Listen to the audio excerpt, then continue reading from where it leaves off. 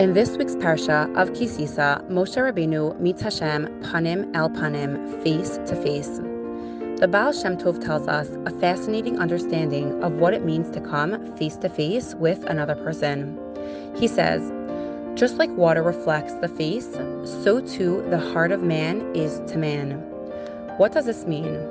When a person is standing at a distance from water, he sees his reflection and it appears quite large.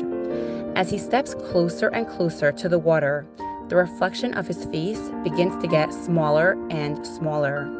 As soon as the person bends down towards the water and gets literally face to face with the water, the reflection and his actual face are the exact same size. The Baal Shem Tov teaches, when you stand at a distance from another because you see yourself as large, you have an inflated ego, then everything in your life reflects back as a big deal and quite large. Small problems become huge challenges, and little misunderstandings between people become warfare for the next few years. But when someone kneels down and bends towards the water because they are humble and have a healthy sense of self, they are devoid of the superficial man-made identity we call ego. He sees a reflection the same size as his actual face.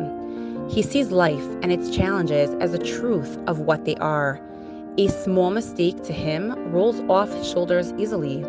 If someone insults him, he chooses to move on instead of rehashing and creating toxic emotions that usually results in negative behavior. A humble person sees life as it is with accuracy, and he does not make a mountain out of a molehill. He gets over things easily because he does not see himself as overly large, and life reflects back to him as small, simple, and not a big deal. He gets over other people's shortcomings and doesn't internalize other people's negative behaviors. This type of person that can see life as it truly is someone that has a true sense of self. He has a panemius, a cultivated inner world, and an experience of self that is true and real. He has a healthy sense of self-worth. Someone with an inflated ego doesn't have a sense of self and looks outwardly to compensate for that inner void. So when met with insult, the knee-jerk reaction is to coil in pain, lash out, and do anything to pull that false man-made egoic identity back into his framework of how he sees himself, which is always dependent on how others see him. A humble person knows their worth and sees their own inner light, and that is what allows them to bend down to another and see with accuracy the true size of what is going on. They are not threatened by an insult or misunderstanding. Ego is the result of past traumas. When we choose to let go of our traumas, we birth a sense of self that is real, and suddenly we can handle other people's negativities in ways we could never do before.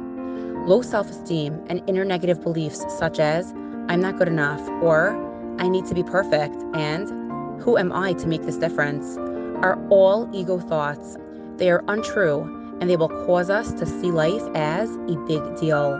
But when we do the work to find our panemius, our true self, we can come to a place of panim el panim and see life from the accuracy and therefore simplicity of a face-to-face reflection.